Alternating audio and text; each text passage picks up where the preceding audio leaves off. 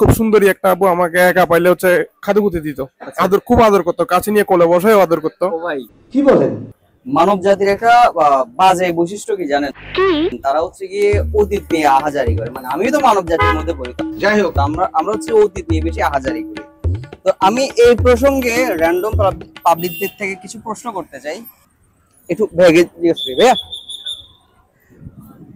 এটা প্রশ্ন করতে পারি? প্রশ্ন বলতে কি, what do you do for living? না ভাই, এরকম না। আমি আপনাকে একটা জীবন তাত্ত্বিক প্রশ্ন করতে চাচ্ছি। ওকে, বলো বাবাজি।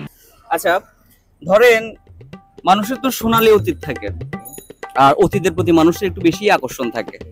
এখন সাপোজ আপনি যদি একটা সুযোগ পান যে অতীত, আপনার জীবনের অতীতের একটা সময় আপনি ফিরে যাইতে চান, তাহলে আপনি ঠিক কোন সময়টা যাবেন আর কেন যাবেন?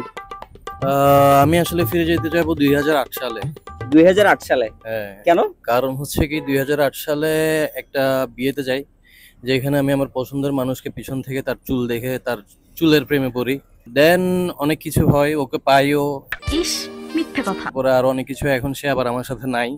আরে আচ্ছা, সো আমি চাইবো যে কি ওই টাইমটাতে ফিরে যাই, ওর চুল দেখে ওর চুলের প্রেমে না পড়ি, আর ওকে আমি না খুঁজি, ওর প্রেমেও না পড়ি।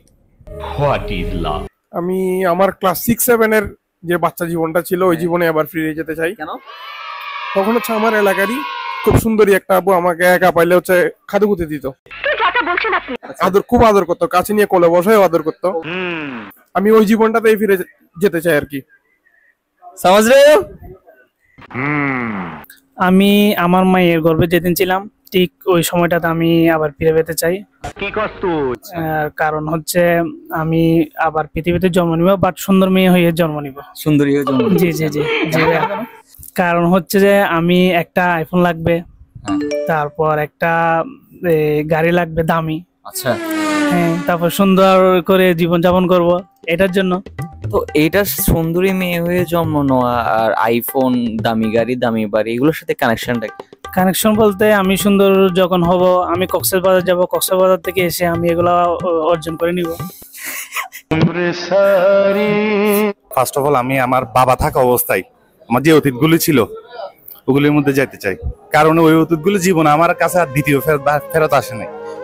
এই খুশিগুলো এখন যখন দেখি অন্য কেউকে পাশাপাশি বাবাদেরকে নিয়ে খুশি থাকতেছে, ওটা আমরা পারতেছি না, চলে, খুব খারাপ লাগে। তার মানে বাবাকে অনেক বেশি ভালোবাসেন? অনেক। দীর্ঘ অনেক বছর আপনি এতিম? তুমি বলতে পারেন, এতিমের দুঃখ আসলে একজন এতিমই বুঝবে। আমি পুরনো সেই দিনটা চাই যেদিন, এই 2019 সাল, যেদিন আমরা বন্ধু বান্ধব সবাই একসাথে করোনা টাইমে পাবজি খেলছিলাম, সারাদিন বসে